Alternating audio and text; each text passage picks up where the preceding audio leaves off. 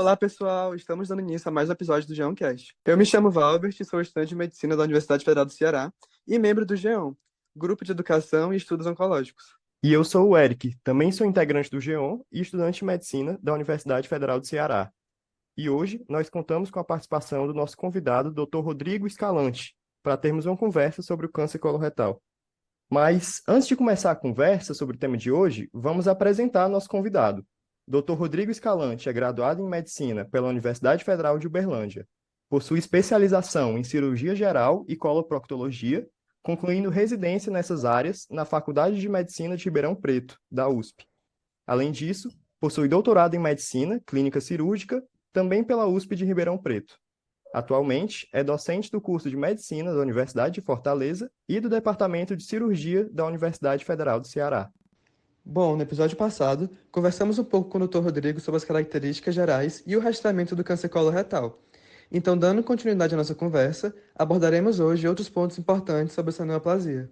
Doutor Rodrigo, uma dúvida que eu acho muito importante de discutir é quais são os principais sintomas do câncer coloretal e quando que, por exemplo, uma pessoa deve ficar alerta e procurar ajuda de um médico. Assim, óbvio que aquele que, né, falando um pouquinho antes dos sintomas, aquele que está preocupado, que tudo, que pode ter, não ter, ele deve procurar o médico e ver se já está na época de fazer o rastreio. Quando a gente fala de diagnóstico, e que aí que eu falei para vocês que o exame melhor para diagnóstico é a colonoscopia, que é esse exame de endoscopia, quais são os principais sintomas ou achados clínicos que a gente tem que prestar muito atenção quando alguém nos procura? E isso eu acho que vale, né, para os médicos gerais, para os médicos especialistas, vale para todo mundo, né? Então, o primeiro deles, que a gente chama de alteração de hábito intestinal. O que é isso? Né? Então, talvez a maioria das pessoas tem um hábito, um padrão do intestino dela. Cada um tem o seu padrão, mas a gente tem que observar o quê? Então, primeiro, né, se a pessoa é bem reguladinha, vai no banheiro a cada dia, a cada 2 dias, e aí, de repente, esse intestino dela começa a alterar, né, a forma que ele funciona, como ele funciona. Então, assim, ele passa aí, ele ia uma vez a cada 2 dias, uma vez por dia, ele passa aí 2, 3 vezes por dia, ou ele passa aí a cada 5 dias, né? Então, esse intestino dela funcionava, dessa pessoa, funcionava de um jeito, e aí agora ele está funcionando de outro jeito. Quando acontece isso, existem várias possibilidades. De repente, ela começou a tomar um remédio, ou ela mudou a dieta, ela começou a fazer exercício físico, né? Então, esses aí pode ter alguma explicação, mas aquele que não tem explicação nenhuma e o intestino simplesmente começa a funcionar muito diferente e se mantém, né? Porque assim, uma coisa é ela ter uma diarreia, uma crise aí de constipação, de intestino preso, resolveu naquela semana ou naqueles dias e depois voltou ao normal. Mas essa que mantém essa alteração de hábito intestinal sem explicação, esse é uma condição que a gente sempre procura investigar, principalmente em pessoas acima de 40 anos. Certo? Então, essa primeira coisa da pessoa ficar atenta com o hábito intestinal dela. Se esse hábito está mudando e não tem explicação nenhuma, esse é um sintoma que a gente precisa ficar alerta. O segundo seria não só alteração do hábito, mas como alteração da forma das fezes. Então, a pessoa começa a ter fezes assim, muito finas, que a gente chama de afilamento das fezes. Esse também sem explicação nenhuma. Esse é um sinal que a gente precisa investigar. A outra coisa é se junto das fezes ela tem um pouco do que a gente chama muco, ou que a gente chama de catarro.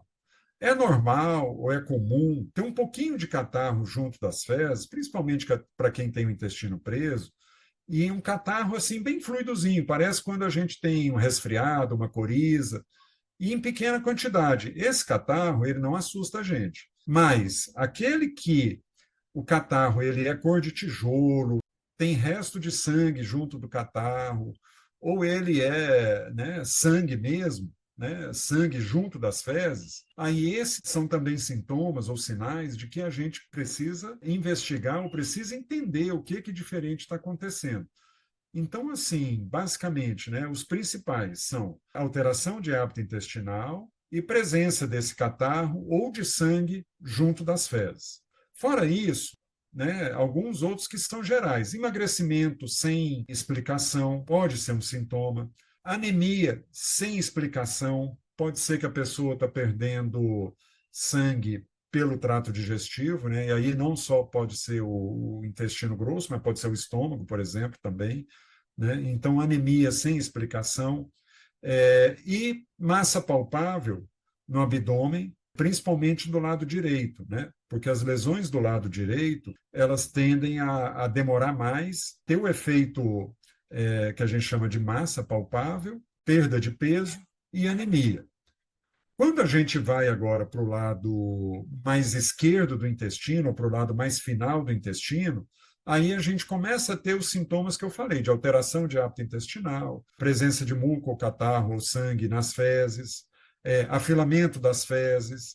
Um outro sintoma também que chama bastante atenção, às vezes, quando ele é muito perto do reto, que é o quê?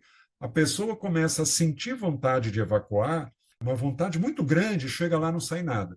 Isso aí, no termo médico, a gente chama isso de tenesmo, que também, quando a pessoa não tem explicação para isso, né, não é nem todo mundo que tem tenesmo vai ter um câncer de intestino, mas ela tem alguma coisa ali diferente que está irritando, pode ser só uma inflamação, mas ela precisa ser investigada. Então, assim, essas são os sinais ou sintomas que chamam mais atenção no caso do câncer coloretal. É muito interessante a gente saber isso, doutor, muito importante também, mas, assim, no fim das contas, a gente sabe que grande parte da população tem muito medo, né, de um diagnóstico, então, por mais que esteja sentindo algum desses sintomas, a gente sabe que tem muita gente que acaba ignorando, achando, não, acho que vai só passar, acho que não tem problema, talvez não signifique nada demais, e muitas vezes realmente pode ser que não signifique nada, né? Mas que é sempre importante a gente diagnosticar cedo para que possa ter um tratamento mais fácil, mais simples, né? Então, a gente sabe que existe esse estigma muito grande do diagnóstico de um câncer, até porque por muito tempo esse diagnóstico foi tido por grande parte da população quase como uma sentença de morte, né? A gente sabe disso. Então, a população no geral tem muito medo. Mas, assim, eu queria te perguntar, assim, como última pergunta mesmo, existe perspectiva de cura para o câncer coloretal? Então, Eric, hoje, né, a gente fala que, primeiro, se você tem um diagnóstico precoce, alguns casos, muito precoces mesmo, a gente consegue tratar até sem cirurgia. Às vezes você tira um pólipo que tem um pequeno tumor em cima dele. São casos raros, são casos incomuns, mas a gente tem, vez por outra, a gente, né, como a gente faz muito, atende muitas pessoas, né, vê muitos casos, a gente sabe que existe. Aí o que acontece? Quando você começa a ter uma lesão um pouquinho maior, essa lesão, primeiro, ela se situa no intestino, né? Vamos falar assim de uma forma geral. Depois ela pode ir para os chamados gânglios linfáticos, que é como se fosse uma espécie de uma íngua, que tem os gânglios ou os nodos linfáticos do intestino. E depois ele pode se espalhar pela corrente sanguínea para órgãos, principalmente o fígado, o pulmão, mas pode até ir, né, até para outros órgãos aí.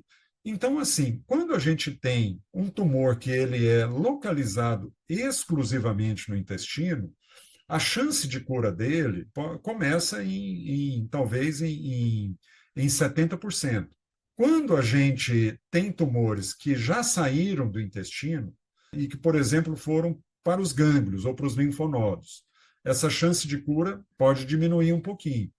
E quando ele vai para o fígado ou pulmão, aí ela diminui mais ainda. Mas hoje, com as novas descobertas aí, com a evolução da técnica operatória, de como a gente está operando, como a evolução dos tratamentos oncológicos, eventualmente com radioterapia, mas mais comumente com quimioterapia, a gente consegue, mesmo para esses casos mais avançados, por exemplo, um tumor que saiu do intestino e foi para o fígado, a gente consegue ainda ter cura, né? Menos do que quando ele está só no intestino, mas a gente ainda consegue curar. Então, assim, e muitos casos que a gente operou, mas que ainda ficou doença e que a doença voltou, e que respondem muito bem à quimioterapia, né? A gente tem visto, inclusive, até algumas sobrevidas, né, assim, de vários anos. Então, assim, hoje não é uma sentença de morte a pessoa que tem um câncer coloretal, né? Óbvio que essa pessoa, né, às vezes, eventualmente, por vários motivos aí, não cabe a gente falar, mas ela tem medo, não tem acesso ao sistema de saúde, ou demorou para procurar o médico, demorou para conseguir assistência e chegou com câncer mais avançado.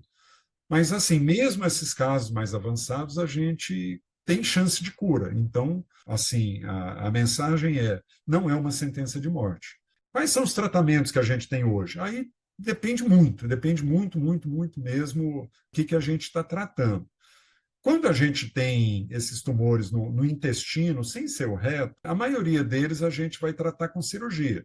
E, eventualmente, poderá ou não precisar de quimioterapia no pós-operatório. Quando eles estão no reto, que é aquela parte final, às vezes a gente trata com radioquimioterapia e depois vai cirurgia, e às vezes tem alguns que resolvem só com a radioquimioterapia. Então, assim, o tratamento ele ainda é muito diverso, né? E cada caso é um caso. Então, assim, a gente precisa, né, mediante um caso, ir no especialista e o especialista definir, às vezes, numa reunião com vários especialistas, qual o melhor tratamento, certo? Mas, com certeza, hoje não é uma sentença de morte a pessoa que tem um câncer coloretal. Muito pelo contrário, né? A gente consegue, com cirurgia e, eventualmente, os tratamentos oncológicos novos aí, curar muita gente.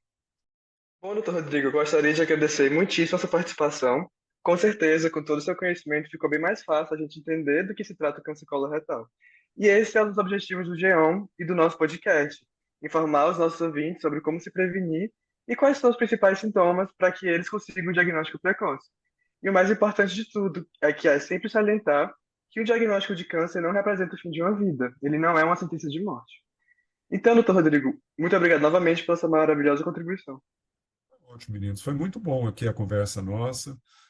Eventualmente, né, quem tiver dúvidas, tudo, a gente pode tentar responder.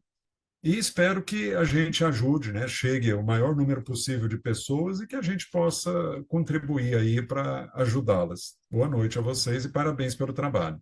Certeza, Boa doutor. Muito noite, muito obrigado. obrigado.